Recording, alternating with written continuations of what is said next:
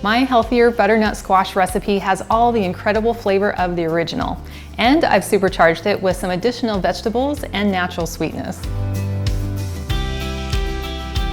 I'm adding a fresh, juicy apple to bring bright flavor that blends perfectly with the cinnamon, ginger, and nutmeg. For additional creaminess and nutrition, I'm adding a red potato and yellow zucchini. Then the soup is garnished with a ribbon of coconut milk and toasted pumpkin seeds.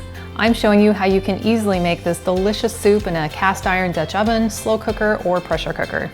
We're going to start by prepping our butternut squash, and we have two methods for cooking it. We can either peel and chop it and then cook it with the other vegetables, or we can pre-roast it.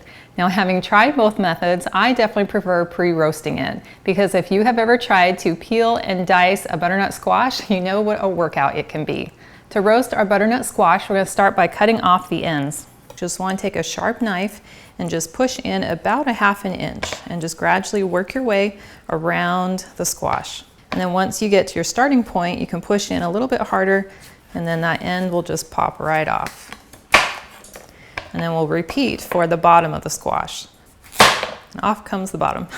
Now we want to set our squash upright, and then we're going to cut it down the center. So we'll very carefully push down with our knife, keeping our hands on top. And then we'll just use kind of like a rocking motion back and forth to gradually work the knife down through the squash until we get to the bottom, making sure our fingers are out of the way, and then we can cut all the way through. And then we can open the squash, which exposes the seed area, and then we'll just take a spoon and we'll quickly scrape out the seeds. It's a little slimy, but not too bad. And then we'll save these seeds to roast later. Next, you'll want to take a baking sheet and then just line it with a piece of parchment paper. And this is going to make cleanup much easier. And then we're going to bring in our butternut squashes, and then I'm going to just spray them lightly with some olive oil. You could also rub on some olive oil with your hands. And then I'm going to sprinkle some coarse sea salt, which is just going to enhance the flavor as they roast. And add a few dashes of pepper. And then we just simply turn the squashes upside down. I like to alternate them, and then we'll put it into a 400-degree oven for 1 hour. Next, we want to prep the rest of our vegetables, and I'm going to start by just peeling and dicing a red potato. And you can use 1 larger red potato, or 2 medium, or 3 small red potatoes. And what I really like about adding the potato to the soup is that it really just gives it a creamier flavor without adding any additional fat. And since we're going to be cooking and then blending our soup together, our chopping does not have to be necessarily pretty or uniform. Next, I'm going to chop up an apple, and you can use any variety that you like, and then roughly chop it into smaller pieces. Next, we're going to chop up 1 yellow zucchini, and I love adding the zucchini to the soup because it has a very mild flavor, so you can hardly tell that it's there, but it does add some more nutritional value. You do not have to peel the zucchini first, just chop off the ends, and then we're going to dice it into some smaller pieces.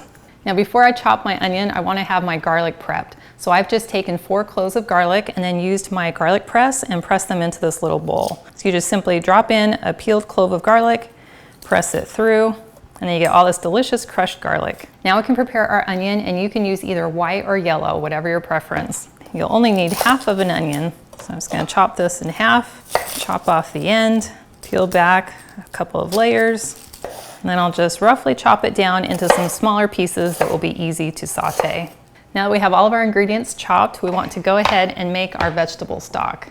You can use either pre-bought vegetable stock, or you can make your own. I really like to use this Better Than Bouillon because it's much easier to store the small jar in my fridge that can make up lots of vegetable stock than having to store the equivalent amount of cartons of vegetable stock in my pantry. And you only need 1 teaspoon per cup of water, so I'm just going to scoop out about 2 teaspoons, drop that into some warm water, and then I can give it a stir to quickly dissolve. Now we want to add our seasonings, which includes 1/2 teaspoon of cinnamon, 1 teaspoon of salt, 1/4 teaspoon of nutmeg.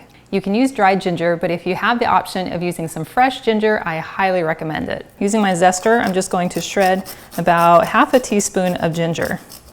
And we'll add a dash of pepper. And then go ahead and give this a quick stir. Now, if you'd like to cook this in your crock pot, you can add all of these ingredients directly into your pot, along with 1/4 cup of butter, and then you're going to set it to low for 6 to 8 hours, or until the potatoes are fork tender. And if you'd like to make this in a pressure cooker, you're going to do all the same steps I'm about to show you in our cast iron Dutch oven. You would set your pressure cooker to saute, which is going to make the inside of your pot nice and hot to melt down your butter and saute your onions. And then once your onions are soft, you're going to add all of your ingredients and then pressure this on high for 10 minutes. And then once the 10 minutes is up, you're going to set it to naturally release for an additional 10 minutes. And then you can set it to venting if there's some additional air that needs to be released in order to open the lid. We're going to turn our heat to high and then get our Dutch oven nice and hot. And then we're going to drop in 1/4 cup of butter. And we'll just let that melt in the bottom of the pan.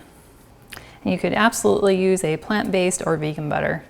Now that our butter is melted, we can add our onions. So I'll just carefully slide in our chopped onions. We just want to cook down these onions until they're soft and translucent. Now after a minute or so, we'll go ahead and add in our crushed garlic cloves. And this is where it's really going to start smelling incredible in here. So it's been about 4 minutes and now our onions are soft and incredibly fragrant. So now we can add the rest of our vegetables. So I'll just carefully slide in our potatoes and our apples and our yellow zucchini. And then we'll pour in our prepared vegetable stock. And then we'll just stir together all those ingredients. Now we can put on our lid to bring it to a simmer, and then we're going to let it cook for about 20 minutes or until our red potatoes are fork tender.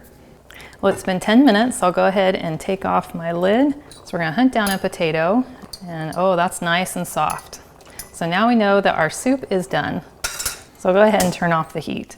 So the butternut squash cooked for 1 hour in the oven at 400 degrees. And then I took it out of the oven and allowed it to cool on my counter. So we're gonna go ahead and flip these over. We have this gorgeous orange cooked squash inside. And then we're just going to take our spoon. You can see how easily it just scoops right out of the peel. Believe me, this is so much easier than having to peel and chop the squash. There's really no right or wrong way to do this. You just want to get all the squash out of the peel and into a bowl. And then we'll set this aside to add to our soup. So whether you cooked your soup in either your Instant Pot, your crock pot, or in the Dutch oven, we now need to combine these ingredients with our roasted butternut squash, and then we can mix them together. Now you can do this with an immersion blender, but it won't get it completely smooth. So I prefer to add all the ingredients into my Vitamix, and then I can blend it perfectly smooth and creamy. Now we just have to be very careful getting our hot soup into our pitcher. I found that this is easiest by just taking another measuring cup and then scooping out the warm soup and then just pouring that into the pitcher. And then I can carefully pour the remaining liquid into my smaller pitcher and then add those to my blender. And then I can add my roasted butternut squash directly to my pitcher. And depending on the capacity of your pitcher, you might be able to do this all in one batch, or you can do it in 2. Oh my goodness, I wish you could smell this right now. So to carefully blend our soup, we're gonna put on our lid, but we want to keep the top open so that the hot air can release. So I have found it works really well to just put a towel over the top, because then I can make sure that just the steam is escaping and not my soup. And then you can bring in your tamper if needed to keep things moving. Well, that looks perfect. This is a really good time to sample it so that you can adjust the seasonings if needed. That's perfect for me, but you could definitely add a little more pepper or a little more salt or a little more heat if you prefer. There are lots of beautiful ways that you can serve and garnish your soup. So you can begin by just pouring your soup into your bowl, and then to add a little bit of creaminess as well as a very aesthetic swirl through the soup, I'm gonna go ahead and add about a teaspoonful of coconut milk. And then I'll just take my spoon and kind of drag it through the milk and make this really beautiful swirl through my soup. And then I'll take just a little bit of paprika, and then I'm going to shake that across the majority of the swirl. Just adds a really beautiful deep orange color that contrasts the white of the swirl. And then to bring in another color and some crunchy texture, I love adding toasted pumpkin seeds. So I'm just going to take a couple and sprinkle them right across my sprinkled paprika to make a beautiful asymmetrical design. Then I'll just get a bite with some soup and some of that coconut milk, a little bit of paprika, and some of those pumpkin seeds. That is delicious. Those flavors are seriously a match made in heaven. I instantly get this vibrant burst of flavor, including the cinnamon and the ginger and the nutmeg. And then there's this really delicious sweetness that's coming in from the apple. I get a smooth creaminess from the red potato and then a real earthiness from that roasted butternut squash. This soup has the perfect balance of the natural sweetness from the apples, complemented by the cinnamon, nutmeg, ginger, but then the savoriness coming in from that roasted butternut squash, as well as the potato and the yellow zucchini. Not to sound sappy, but that is so heartwarming and would be delicious as a side dish, or you could add some chicken or even some bacon to it to make it a main dish. No matter how you serve it, your guests are going to love it, and you're gonna feel great even after you eat it. Thank you so much for hanging out with me today in my kitchen to make this soup. And I've included a link to the full recipe in the video description below, which takes you to my website, gentletummy.com. And I also invite you to like and subscribe to my channel. And if you know someone else who you think would love this soup, please share this video with them. And I cannot wait to have you hang out with me again in my kitchen.